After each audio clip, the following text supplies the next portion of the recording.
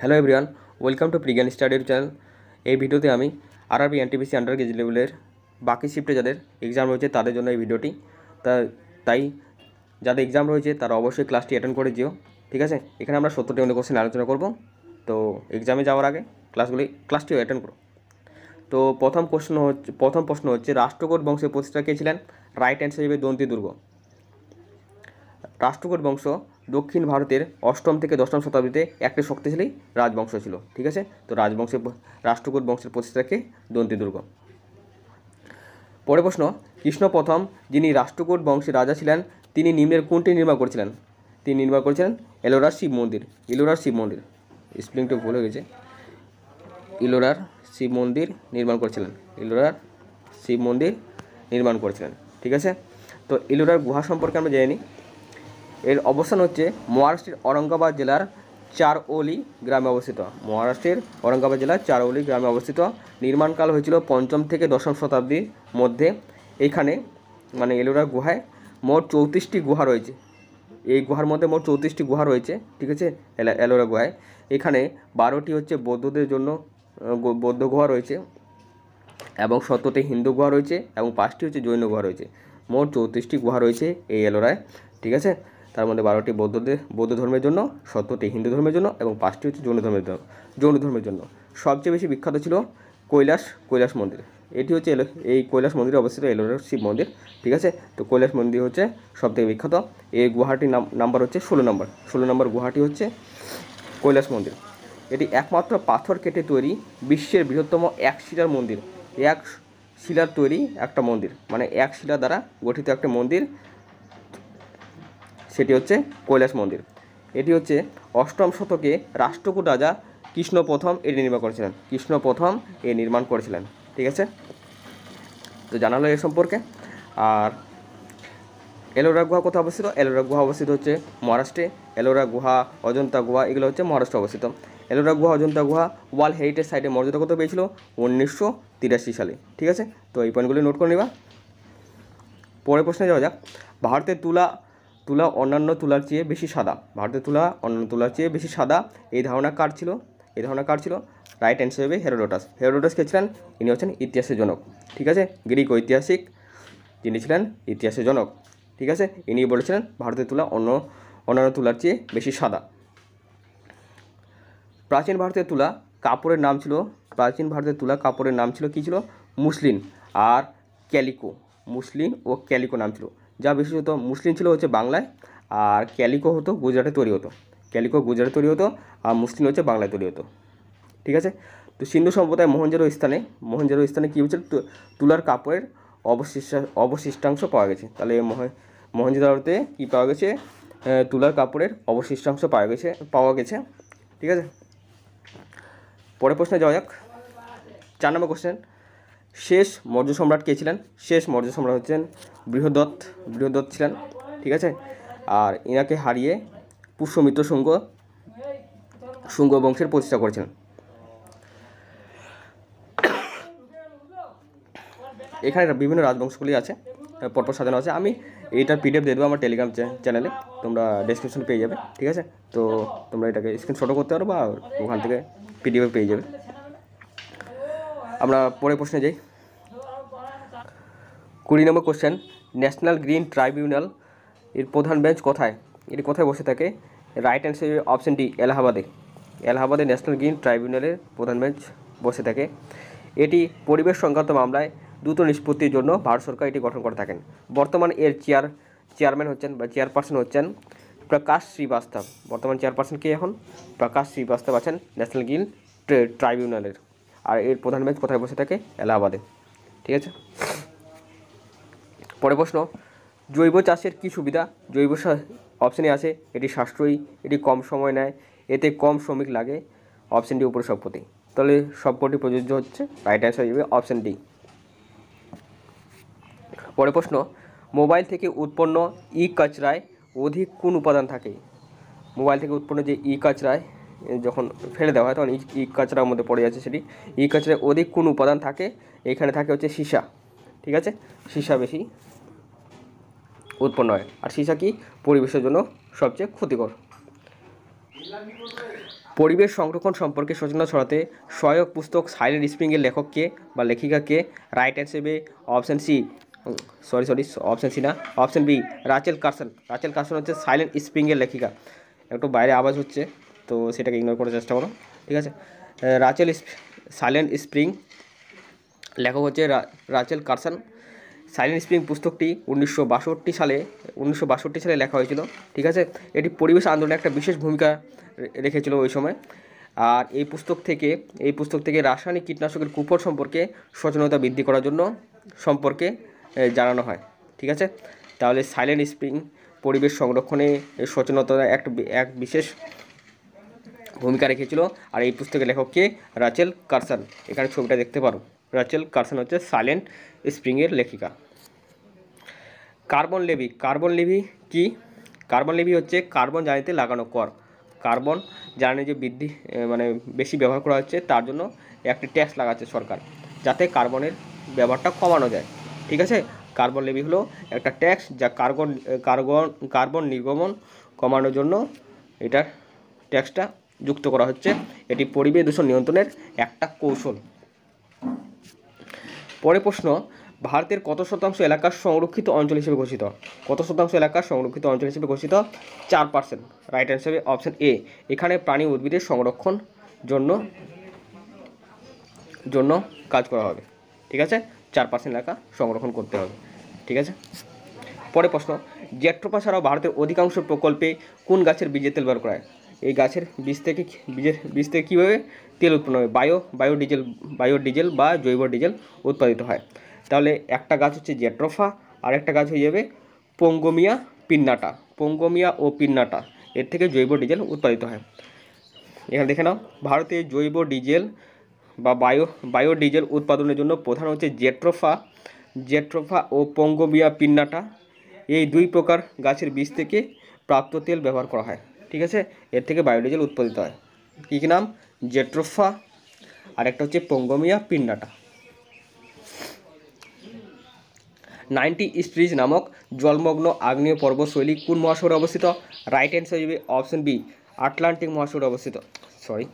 Atlantic মহাসাগর না, ভারত মহাসাগরে অবস্থিত।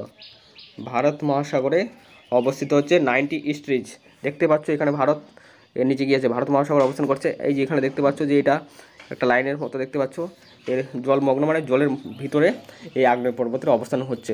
এটাকে কী বলছে? 90 স্ট্রিজ বলা হচ্ছে, ঠিক আছে। তাহলে ভারত মহাসাগরের ভিতরে একটি আগ্নেয় পর্বত রয়েছে যার নাম হচ্ছে 90 স্ট্রিজ, ঠিক আছে। পরের প্রশ্ন, আফগানিস্তানের হেলমান্দ প্রদেশ কিসের জন্য বিখ্যাত? রাইট অ্যান্সার অপশন বি, আফিম চাষের জন্য বিখ্যাত, ঠিক আছে। আফিম হচ্ছে মাদক দ্রব্য উৎপন্ন, মদ জাতীয় দ্রব্য উৎপাদনের একটা কাঁচামাল বলতে পারো। এটা কোথায়, এটি কোন জায়গায় বিখ্যাত হচ্ছে? আফগানিস্তানের হেলমান্দে আফিম চাষের জন্য বিখ্যাত। গুয়ানো এক প্রকারের প্রাকৃতিক সারের প্রধান উৎস, এটি কোন অঞ্চলে? রাইট অ্যান্সার হবে অপশন ডি, পেরুর উপকূল অঞ্চলে। গুয়ানো হচ্ছে কি এক প্রকারের প্রাকৃতিক সার। এটি কীভাবে গুয়ানো উৎপাদিত হয়? গুয়ানো হলো সমুদ্র পাখি ও বাদুড়ের মলমূত্র থেকে তৈরি এক ধরনের প্রাকৃতিক সার। এটি পেরু, চিলি, বলিভিয়ার শুষ্ক উপকূলীয় দ্বীপে প্রচুর সামুদ্রিক পাখি বাস করে এবং তাদের মলমূত্র শুকিয়ে এই সার তৈরি করা হয়। তাহলে গুয়ানো এক প্রকার হচ্ছে সার, এটি পেরুর উপকূলীয় অঞ্চলে বিশেষত পাওয়া যায়, ঠিক আছে। ল্যাটেরাইট মাটির উৎপত্তি কীভাবে হয়? এটি লিচিং পদ্ধতি দ্বারা হচ্ছে ল্যাটেরাইট মাটির উৎপত্তি হয়। আফ্রিকার পেম্বা ও জাঞ্জিবার দ্বীপ কী চাষ ও রপ্তানির জন্য বিখ্যাত? আফ্রিকার পেম্বা ও জাঞ্জিবার দ্বীপ কী চাষ ও রপ্তানির জন্য বিখ্যাত? এটি হচ্ছে রাইট অ্যান্সার হবে অপশন এ, লবঙ্গ চাষের জন্য বিখ্যাত আফ্রিকার পেম্বা ও জাঞ্জিবার দ্বীপ। সমরকন্দ কোন দেশে অবস্থিত? সমরকন্দ হচ্ছে উজবেকিস্তানে অবস্থিত, ঠিক আছে। রিক্টার স্কেলের সর্বোচ্চ সীমা কত? রিক্টার স্কেলে কোনো সর্বোচ্চ সীমা হয় না। যদি এখানে রাইট অ্যান্সার কোনো নির্দিষ্ট সীমা নেই এর, ঠিক আছে। তো রাইট অ্যান্সার অপশন ডি। এখানে বলতে পারো যদি ভূমিকম্পের তীব্রতা হিসেবে বলতো, তাহলে এর মান সর্বোচ্চ মান 9 হতো, ঠিক আছে। তাহলে এখানে এরকম অপশানে দেওয়া আছে যে কোনো নির্দিষ্ট সীমা নেই, তাহলে আমরা এখানে অপশান ডি ক্লিক করবো। যদি বলতো ভূমিকম্পের তীব্রতার অধিক মান বলতো, তাহলে আমরা 9 অপশান দিতাম। এই ক্ষেত্রে এখানে অ্যান্সার হয়ে যাবে কোনো নির্দিষ্ট সীমা নেই, কোনো সীমা নেই। নদীর উদ্ভূত স্থানাকৃত গঠনের মুখ্য ভূমিকা পালন করে। নদী থেকে যে উদ্ভূত স্থানাকৃত ফ্যালোবিয়াল ল্যান্ডফর্মের মুখ্য ভূমিকা পালন করে কে করে থাকে? এটি হচ্ছে জল করে থাকে। দক্ষিণ আটলান্টিক সংক্রান্ত ফকল্যান্ড দ্বীপ নিয়ে দ্বন্দ্ব কার মধ্যে? ফকল্যান্ড দ্বীপ নিয়ে দ্বন্দ্ব কাদের মধ্যে? এটি হচ্ছে ব্রিটেন ও আর্জেন্টিনার মধ্যে মানে যুদ্ধ বা বিবাদ লেগে আছে এদের মধ্যে, ঠিক আছে। ফকল্যান্ড দ্বীপ নিয়ে কাদের মধ্যে বিবাদ? ব্রিটেন ও আর্জেন্টিনা। বিশ্বের বৃহত্তম ইউরেনিয়াম উৎপাদনকারী দেশ কোনটি? রাইট অ্যান্সার হবে অপশন ডি, কাজাকিস্তান। গোল ক্রান্তি কিসের সঙ্গে সম্পর্কিত? রাইট অ্যান্সার হবে ডিম উৎপাদনের সাথে। নিচের কোনটি ভারতীয় বর্ষাকে প্রভাবিত করে? ভারতীয় বর্ষাকে কি প্রভাবিত করে?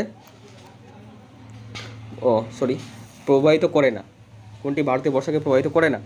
এখানে রাইট অ্যান্সার হবে অপশন ডি, গোল্ফ স্ট্রিম ভারতীয় বর্ষাকে প্রভাবিত করে না।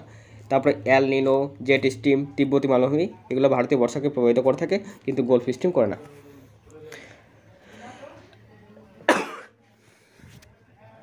আমেরিকান ফ্রি হিন্দুস্তান পত্রিকা কে শুরু করেছিলেন? আমেরিকায় ফ্রি হিন্দুস্তান পত্রিকা কে শুরু করেছেন? রাইট অ্যান্সার হবে option A, Ramnath Puri. 40 number question, সংবিধানের কোন ভাগে সংশোধন পদ্ধতি উল্লেখিত আছে? রাইট অ্যান্সার হবে অপশন সি, 20 ভাগে। ভাগ নম্বর 20-তে সংবিধানের সংশোধন পদ্ধতি উল্লেখিত আছে। সম্রাট হর্ষ নিজের রাজধানী থানেশ্বর থেকে কোথায় স্থানান্তর করেছিলেন? রাইট অ্যান্সার হবে অপশন সি, কনৌজ স্থানান্তর করেছিলেন। লোকসভা ও রাজ্যসভার যৌথ অধিবেশনের বিধান কোন অনুচ্ছেদে রয়েছে? রাইট অ্যান্সার হবে অপশন বি, অনুচ্ছেদ 108 নম্বরে রয়েছে। যখন যৌথ অধিবেশন করা হয় তখন দুই সভার সদস্যরা একসাথে বসে থাকেন। পরের প্রশ্ন, তালা জলবিদ্যুৎ প্রকল্প ভারতের সাথে কোন দেশের যৌথ প্রকল্প? তালা জলবিদ্যুৎ প্রকল্প হচ্ছে ভারতের সাথে ভুটানের যৌথ একটি প্রকল্প। যখন রাজা ওডিয়ার মহীশূর রাজ্য প্রতিষ্ঠা করেন তখন বিজয়নগর সাম্রাজ্যের শাসক কে ছিলেন? রাইট অ্যান্সার হবে অপশন এ, সদাশিব ছিলেন। পরের প্রশ্ন, মর্ত্যবিলাস প্রহসন নাটকটি রচিতাকে? রাইট অ্যান্সার হবে অপশন এ, মহেন্দ্র বর্মন প্রথম। গৌতম বুদ্ধ কোথায় ভিক্ষুণী সংঘ স্থাপন করেছিলেন? রাইট অ্যান্সার হবে অপশন সি, বৈশালীতে স্থাপন করেছিলেন। কোন ঐতিহাসিক পানিপথের তৃতীয় যুদ্ধ প্রত্যক্ষদর্শী ছিলেন? কোন ঐতিহাসিক পানিপথের তৃতীয় যুদ্ধের প্রত্যক্ষদর্শী ছিলেন, মানে দেখেছিলেন? তো কোন ঐতিহাসিক হবে? রাইট অ্যান্সার হবে অপশন বি, কাশীরাজ পণ্ডিত। পানিপথের তৃতীয় কত সালে হয়েছিল? 1761 সালে, ঠিক আছে। পরের প্রশ্ন, মার্কিন যুক্তরাষ্ট্রের জিরো বেস্ট বাজেটিং ব্যবস্থা চালু হয়? কবে চালু হয়েছিল জিরো বেস্ট বাজেটিং ব্যবস্থা? রাইট অ্যান্সার হবে অপশন ডি, 1977 সালে। আকবরের সর্বশেষ বিজয়ী অভিযান কোনটি ছিল? অপশন ডি হয়ে যাবে রাইট অ্যান্সার, আসিরগড়। 14 বছরের নিচে শিশুদের আতশবাজি কারখানায় কাজ করানো কোন মৌলিক অধিকার লঙ্ঘিত হয়? মানে 14 বছর নিচে আতশবাজি কারখানায় শিশুদের কাজ করানো যাবে না। এতে কোন মৌলিক অধিকার লঙ্ঘিত হচ্ছে? এতে হচ্ছে শোষণের বিরুদ্ধে অধিকার লঙ্ঘিত হচ্ছে, ঠিক আছে। আর কোন আর্টিকেল রয়েছে শিশু শ্রম সম্পর্কে? এটি রয়েছে 23 ও 24 আর্টিকেলে রয়েছে শিশু শ্রম সম্পর্কে, ঠিক আছে। পরের প্রশ্নে, কে মুখলিসপুর থেকে লোহাগড় দুর্গ তৈরি করেছিলেন? রাইট অ্যান্সার হবে অপশন সি, বীর বান্দা বৈরাগী। মুখলিসপুর থেকে লোহাগড় একটি দুর্গ নির্মাণ করেছিলেন, তার নাম হচ্ছে বীর বান্দা বৈরাগী। নাগাল্যান্ড সম্পর্কিত বিশেষ সাংবিধানিক ব্যবস্থা কোন অনুচ্ছেদে রয়েছে? রাইট অ্যান্সার হবে অপশন বি, অনুচ্ছেদ 371-এর এতে রয়েছে, আর্টিকেল 371-এর এতে রয়েছে। নাগাল্যান্ড রাজ্যের গঠন কবে হয়েছিল? 1963 সালে। 1963 সালে 1 ডিসেম্বর, ঠিক আছে। আর এটি কততম রাজ্য হিসেবে গঠিত হয়? এটি 16তম রাজ্য হিসেবে গঠিত হচ্ছে। ঠিক আছে। পরের প্রশ্ন, ভারতের উপরাষ্ট্রপতি কাদের দ্বারা নির্বাচিত হয়ে থাকেন? অপশান রয়েছে সংসদের সদস্য, অপশান বিতে রয়েছে রাজ্যসভার সদস্য, অপশান সিতে রয়েছে সংসদের নির্বাচিত সদস্য, অপশান ডিতে রয়েছে সংসদ ও রাজ্য বিধানসভার সদস্যের দ্বারা। এখানে রাইট অ্যান্সার হচ্ছে অপশান এ, সংসদের সদস্য। এখানে অপশান সিতে দেখতে পাচ্ছি একই মতো আরেকটি উত্তর অপশান দেওয়া আছে, সংসদের নির্বাচিত সদস্য। সংসদের নির্বাচিত সদস্য কেন হবে না? কারণ হচ্ছে উপরাষ্ট্র নির্বাচনের জন্য সংসদের নির্বাচিত ও মনোনীত একটা নির্বাচিত সদস্য, আর ও একটা থাকছে কি মনোনীত সদস্য, যেগুলো সদস্য হচ্ছে সবাই কি করতে পারবে, নির্বাচনে যোগ দিতে পারবে। ঠিক আছে, তো এখানে শুধু নির্বাচন হবে না, দুইটা মিলিয়ে হবে, নির্বাচন ও মনোনয়ন। তাহলে এখানে অপশান এতে রয়েছে সংসদ সদস্য। সংসদ সদস্য মানে দুই নির্বাচন ও মনোনয়ন দুইটি সদস্যই পড়তেছে। ঠিক আছে, তো রাইট অ্যান্সার হচ্ছে অপশান এ। আর বর্তমান উপরাষ্ট্রপতি কে ছিলেন আমাদের, যিনি পদত্যাগ করেছেন, তার নাম হচ্ছে জগদীপ ধনখড়। ইনি কততম উপরাষ্ট্রপতি ছিলেন আমাদের?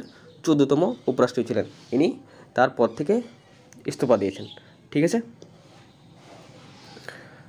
আচ্ছা, আর উপরাষ্ট্রপতি সম্পর্কে কোন আর্টিকেলে লেখা রয়েছে?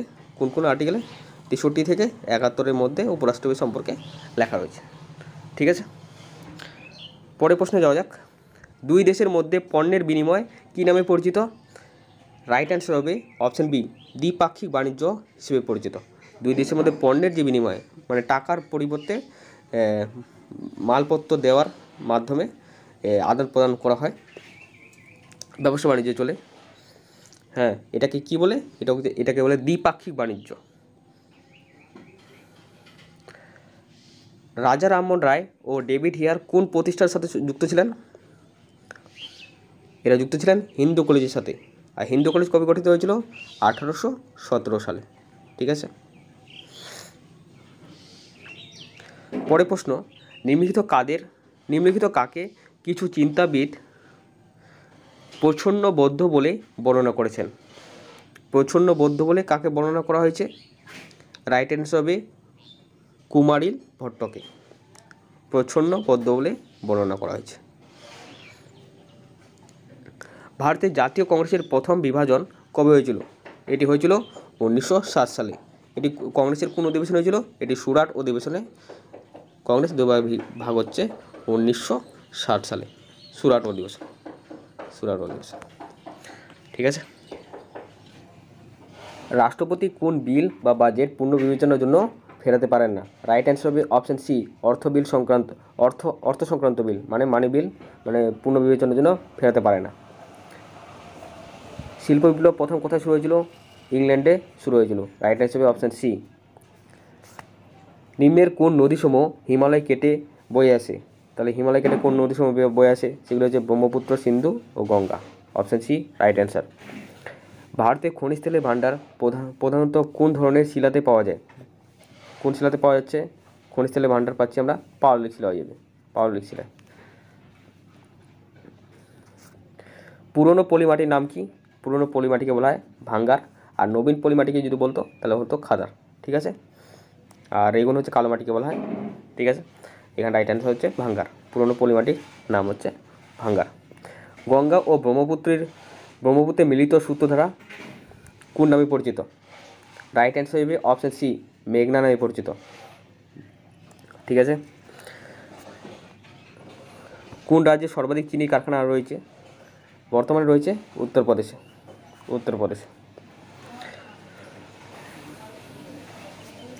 ভারতীয় সংবিধানের মৌলিক কর্তব্য কবে যোগ হয়েছিল? এটি যোগ হয়েছিল 1976 সালে। এটি কত নম্বর সংবিধান সংশোধন ছিল? এটি ছিল 42তম সংবিধান সংশোধন। ঠিক আছে, আর কতগুলো মৌলিক কর্তব্য রয়েছে? 11টি মোট মৌলিক কর্তব্য রয়েছে। ঠিক আছে, পরের প্রশ্ন, ভারতীয় অর্থ কমিশন কত বছর অন্তর গঠিত হয়? অর্থ কমিশন কত বছর অন্তর গঠিত হয়? এটি বেসিক্যালি 5 বছর অন্তর গঠিত হয়ে থাকে। ঠিক আছে, কোন পর্তুগিজ গভর্নর ব্লু ওয়াটারের নীতি প্রবর্তন করেছিলেন? ব্লু ওয়াটারের নীতি প্রবর্তন কে করেছিলেন? রাইট অ্যান্সার কী হবে? কোন পর্তুগিজ গভর্নর হবে? রাইট অ্যান্সার হবে ফ্রান্সিসকো দি আলমেডা। ইনি কী করছিলেন? ইনি করছেন পর্তুগিজরা যে সমুদ্রে বাণিজ্য করতো, এই নৌশক্তি দ্বারা মানে সমুদ্রের নিয়ন্ত্রণে রাখা যায় তার জন্য কিছু পলিসি তৈরি করেছিলেন। এটাকে বলা হচ্ছে ব্লু ওয়াটার নীতি নামে পরিচিত।